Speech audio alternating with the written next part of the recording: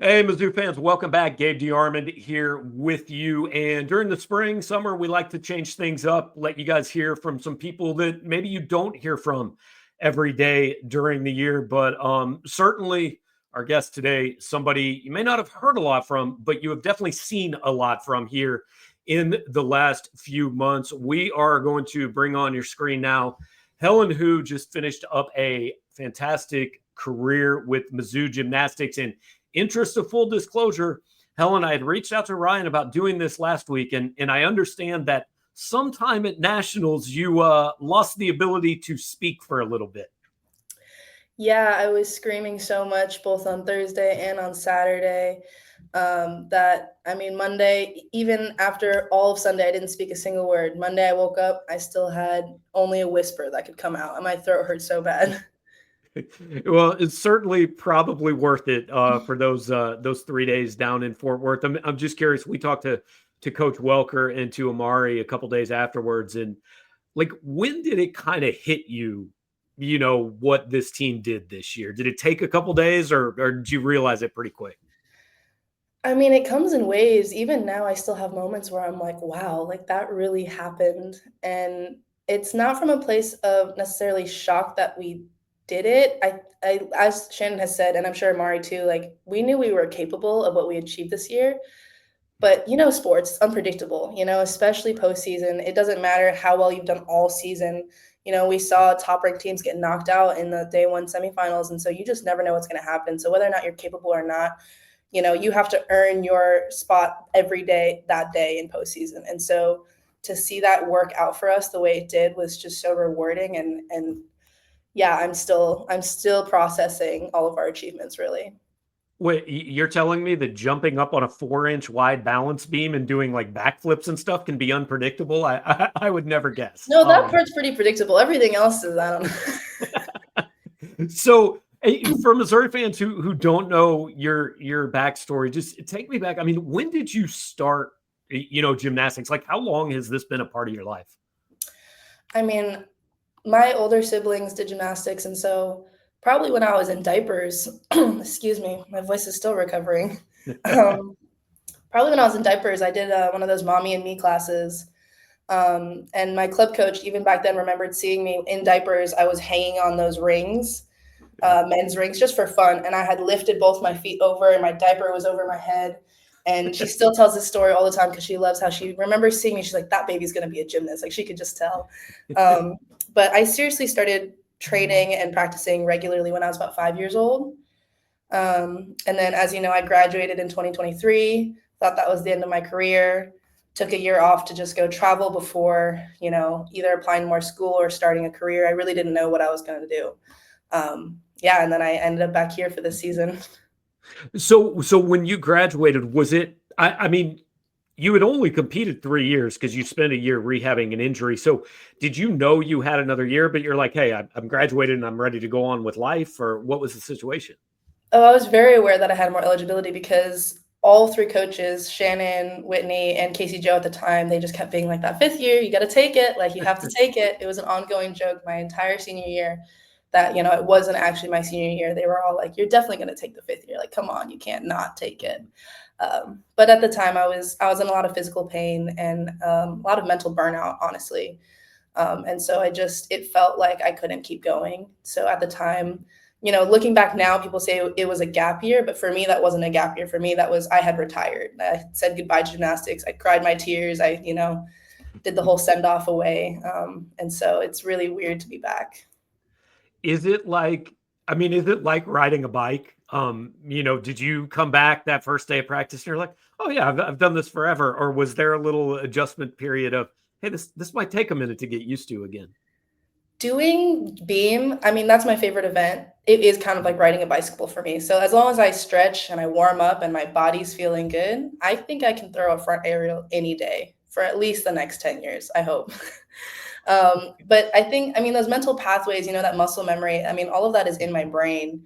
And same thing when I got injured, once my knee was back into full strength, I got back up and I was able to do a front aerial and beam without issue, and so I have confidence. It's more the physical ability and the health that is more of an aspect for me. So when, like, I've always thought about balance beam, about pole vault, and about diving. Like you can practice in a foam pit, whatever, but at some point, like for the first time, you got to get up there and do this on that apparatus. I mean, at what point did you kind of hit the point where you're like, oh yeah, I'm comfortable, I'm confident, this is just what I could do? I mean, pretty much when I visited the gym in the summer last year, I got up and I did all of my main beam skills pretty much Mhm. without any issue or struggle. I was certainly a little sore the next day. Don't get me wrong, because I hadn't done it in a while. But yeah, I mean, getting back on beam just felt right, honestly, and that kind of helped me decide to come back. I mean, if I hadn't come back into that gym, I never would have decided to come back because it just would have been a crazy idea otherwise. But I'm talking about even initially, like if you're 7 years old or whatever, and like at Oh, some like point you in go my from process. practicing, yeah. I mean, when I'm 5, it's not really serious, like, I'm just having fun, so I just think it's cool. I So, don't but like when you jump up, I've got to be thinking when you jump. I mean, are you practicing on something that's 6 inches off the ground at first, so that if you fall, you're not gonna break Yeah, anything? Or absolutely. I mean, we have the beam that's just on the floor, okay. and you get used to that a little bit, but I mean, I was 6 years old on the high beam just walking, like, they introduce all of those things pretty early on, and I think that's why gymnastics, you kinda have to start it early on before you really Mhm. have logic and survival instincts kick in, 'cause, it's one big playground when you're a little kid, and so you just, you do what you want and you get to have fun, and so it's not a scary thing. Mhm. Um, Probably not until you're 9 or 10 and you start learning those backflips and those scarier skills where you're like, "I could, land on my head." Right. It's like when you're young, you're too dumb to know it's dangerous, and then Exactly, you it's just figure out having it's dangerous. fun. Yeah. So why for you coming out of high school in Chicago? Why was it Missouri? I mean, honestly, it was one of the few schools that recruited me. Before the rule change, pretty much everyone was getting recruited when they were 13, 14, 15. And I was a little bit of a late bloomer in my gymnastics. I wasn't really a top recruit, and my gymnastics didn't really get good until junior, senior year of high school. And Shannon has this talent, I think, of finding kind of those diamonds in the rough. He has a good eye for kids who haven't really found their full potential yet, but he knows that it's there. And so he's recruited a lot of people like me where it had to take me coming here to really reach my full potential as a gymnast. So you guys, I think it would have been your redshirt sophomore year, finish, fifth in the country, and was that the point where kind of everybody said, "Okay, we're here now. Now let's kind of seek that next level." Yeah, I mean, I think when I arrived my freshman year, we are already really hungry to achieve more. Mhm.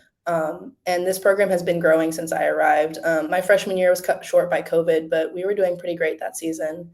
And then I know my sophomore year when I was out, that was a little bit tough because we had a lot of injuries that year. And so junior year, we kind of had our first healthy roster and was able to really make it to nationals.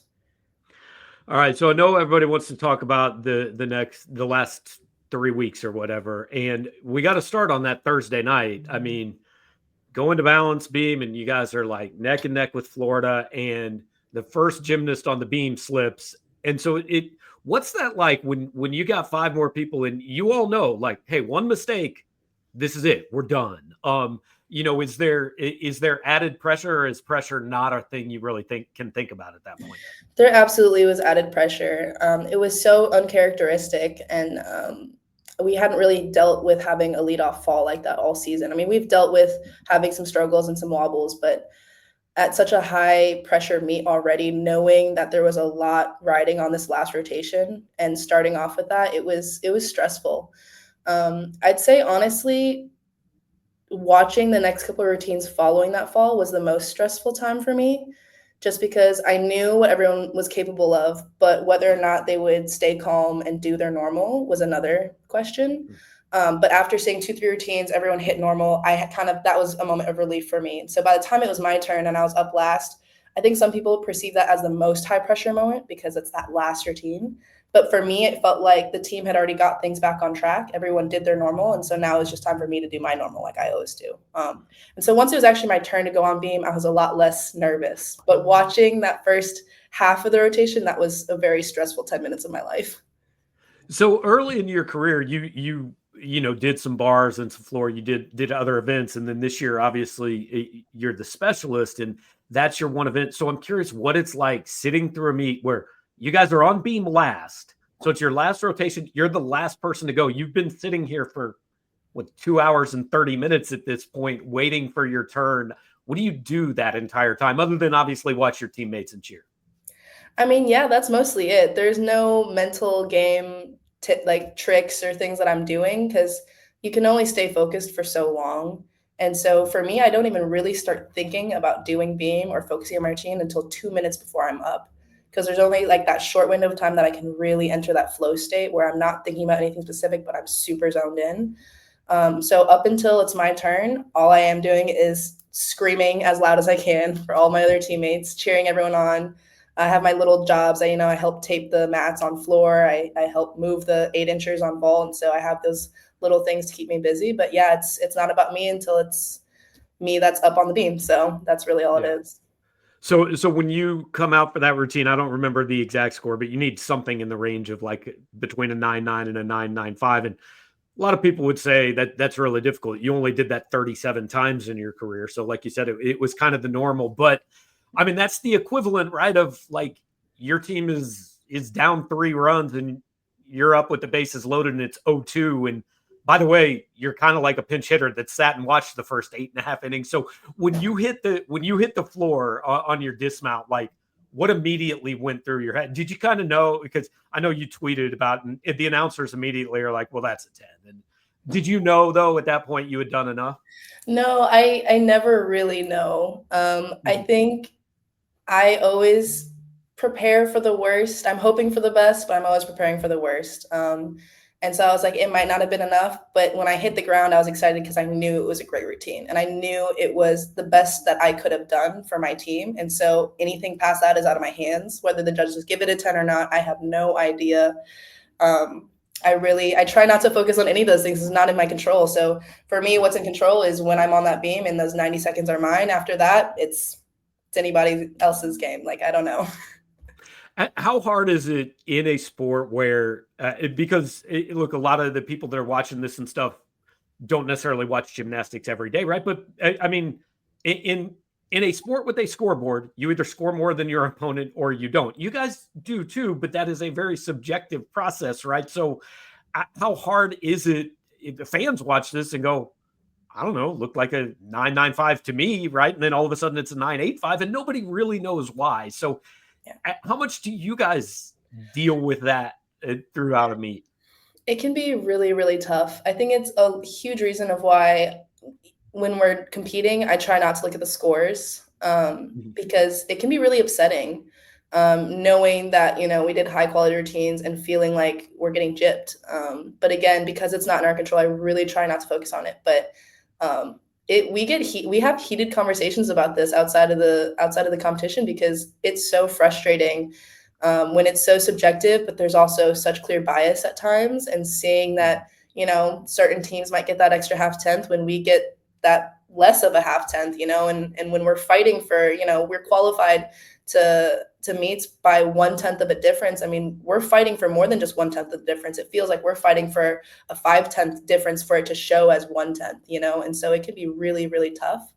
But Shannon talks a lot about staying in our bubble and focusing on just good energy and having fun with it and trying not to look at the scores as much as possible. So because you're definitely done, you can answer this completely honestly now. Like, is Missouri now, because of what you guys have done the last couple of years now, will Missouri start going into meets and being one of those teams that, I don't know, it's Missouri, it must have been good. Now you get the benefit of that? I hope so. I mean, I will say I think we're getting judged a little less harshly than we were when I got in my freshman year. I do think there are times where we do get more accurate judging, or sometimes we get that little extra quarter tenth. But for the most part, I still think a lot of the times we're either neutral or at a slight disadvantage. And I'd love to see the team reach a point where we're not at that half or quarter tenth disadvantage. Well, and never has judging been more at center stage than it was right at the national team. I mean, when they went off air, most of us thought you guys got 4th place, right? Like we even sent out the graphic 4th place and all that. What are those like?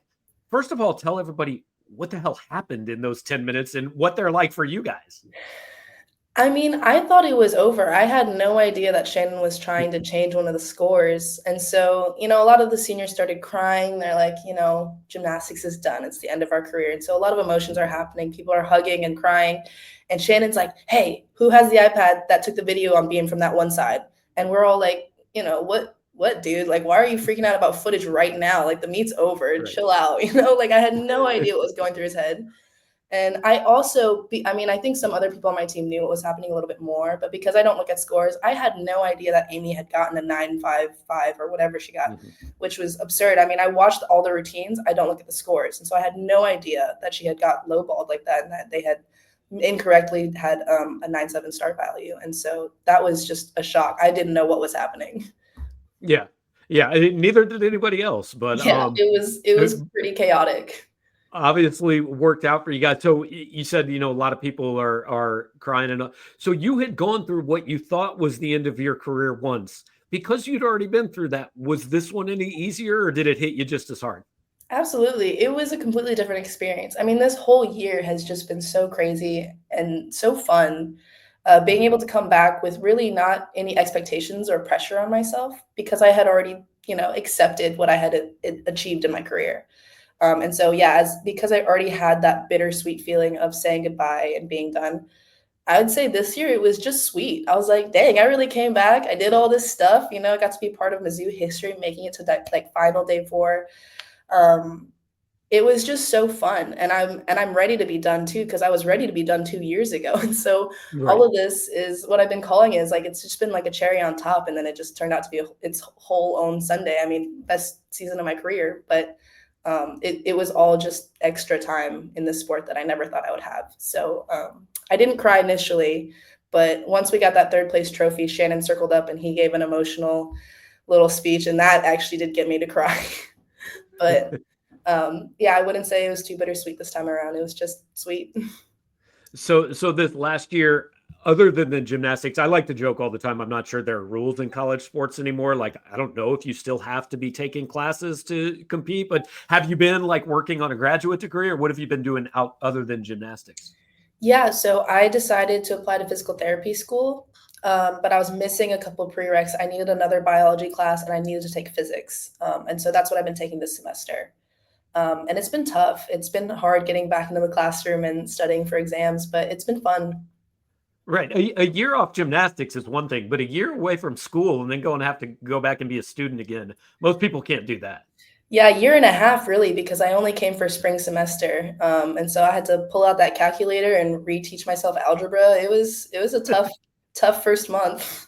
Yeah. Yeah. So what's next? I mean, where do you go from here? What are your plans? Well, now that I've finished my prerequisites, I'll be putting together my application for physical therapy school. I'm applying this summer, and that would be for the school year that starts next year. And until then, I'll just stay busy working part-time jobs. I'll do a little coaching at my old club gym. So yeah. Do you see like is gymnastics part of your long term? Like, do you want to get into coaching and be around it, or is this hey, I've done this for 20 years and now I'm ready for something new? I coached for about 6 months last year at my old club gym, and I really did love it. I don't think it'll be my main career, but I think it'll always be a part of my life. And I care so much about that club, my coaches there, and the girls that are there now. I think I'll always go there and visit. And if I can coach even just once a week and just stay in touch and help them out and inspire little kids as long as I can, I would love to keep being a part of that. But I'm really passionate about physical therapy, and I'm really hoping to start PT school next year. Okay, so last one for you, and this is a very big picture question, but when you look back now, your career here, which 4 years, kind of 5.5 years, or whatever, what do you think the one thing, the main thing you take with you, or when you look back on it, hey, this is the story I'm going to tell my kids about my career here? That's a good question.